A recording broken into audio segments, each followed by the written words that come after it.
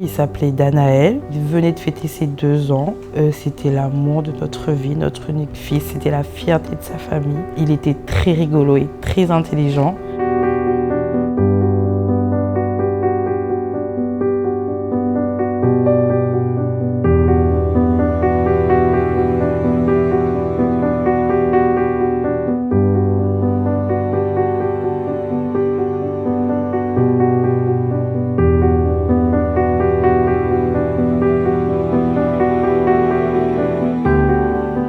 Ils me disent qu'ils vont faire un myélogramme. On enlève un tout petit bout d'os et avec ça, on peut voir s'il s'agit réellement du syndrome d'activation macrophagique. À ce moment-là, je ne me renseigne pas sur ce syndrome, je dis c'est bon, ils ont trouvé ce qu'il a, ils vont le traiter.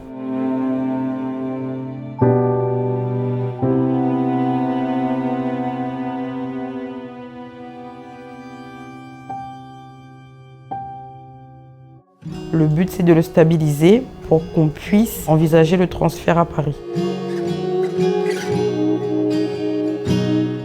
L'hôpital me rappelle, le service de réanimation me rappelle tout de suite et me dit « Madame, on a commencé le massage cardiaque, il faut que vous veniez ». Donc on monte, on court, ils sont une dizaine dans la chambre en train de lui faire un massage, à s'y prendre avec les 2 mains sur son petit corps. Et ils nous disent ça fait 16 minutes qu'il est en arrêt, ça fait 16 minutes qu'on fait les massages, on arrêtera au bout de 30 minutes. Normalement c'est 20 minutes, mais on va aller jusqu'à 30 minutes. Mais il n'a pas tenu et il a fait un arrêt cardiaque et ils n'ont pas réussi à le réanimer.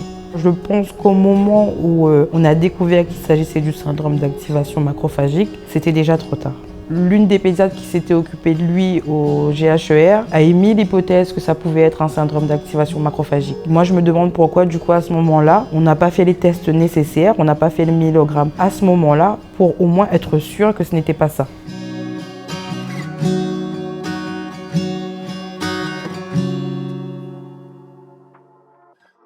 Nous allons engager 2 types de responsabilités parce que nous estimons qu'il y a eu des négligences et des fautes de la part tant des médecins qui ont vu le petit Danaël avant son hospitalisation que pendant l'hospitalisation tant au GHER de Saint-Benoît qu'au CHU de Saint-Denis. Ça permettra également aux parents de savoir exactement de quoi est décédé cet enfant. Bien, ça leur permettra de faire leur deuil. Responsabilité médicale évidemment, mais responsabilité pénale également. Responsabilité pénale parce que nous estimons qu'il y a eu des fautes, et des fautes pénales. Et c'est pour cette raison qu'on va déposer une plainte auprès du procureur de la République contre le GHER de Saint-Benoît et contre le CHU de Saint-Denis et éventuellement, sans réserve le droit, contre les médecins qui ont pu voir cet enfant avant l'hospitalisation pour des raisons inconnues pour l'instant, qui n'ont pas su détecter le fameux syndrome. Je voudrais juste dire que cet enfant a souffert avant de décéder, il a souffert pendant 3 semaines. 3 semaines de fièvre. Personne n'a pu faire baisser cette fièvre, n'a pu faire disparaître cette fièvre. Pendant 11 jours d'hospitalisation, on a détecté 5 maladies différentes. Une angine, une hépatite, une mononucléose, un monocoque et le fameux syndrome qui a, paraît-il, causé son décès. Donc nous estimons qu'il y a là une responsabilité pénale et donc nous porterons plainte pour homicide involontaire à l'égard de tous les acteurs, de tous ceux qui sont intervenus auprès d'Anaël avant qu'il ne décède.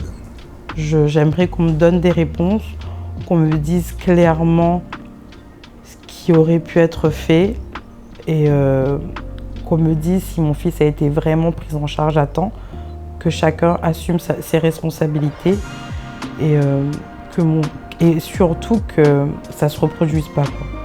Surtout que si demain un parent arrive devant vous avec un enfant qui a déjà fait 1 semaine de fièvre et qu'on prenne ces parents-là au sérieux et qu'on fasse le nécessaire pour déjà éliminer toutes les maladies graves potentielles.